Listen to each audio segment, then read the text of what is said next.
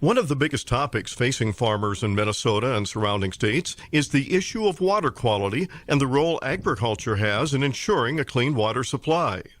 The Minnesota State Legislature passed a bill requiring buffer strips around certain bodies of water that has created more questions than it has answered, according to many in agriculture. Yeah, the buffer bill, now buffer law, hasn't really died down. There's a couple new bills being introduced in the House and Senate in Minnesota to change some of the buffer language, and the heart of it is really not changed too much. You're still looking at buffers on public drainage ditches and buffers on DNR public waters. How some of that would be implemented and when is really what they're looking at changing.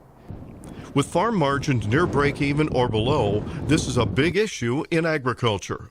Right now the loss of production land is really kind of a variable that we don't know yet. Until we see those DNR maps and where they're going to require what types of buffers, really don't know. The first estimates were about 125,000 according to the governor's office.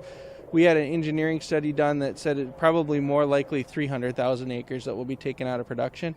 And that's been the frustrating thing for us, is that's a lot of land taken out where this may not be the best answer. Questions like who will pay, what it will cost, and how much productive land will be taken out of production are still unanswered.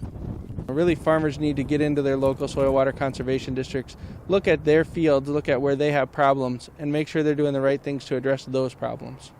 With spring field work just around the corner in the upper Midwest, farmers would rather not be thinking about buffer strips and wetlands legislation.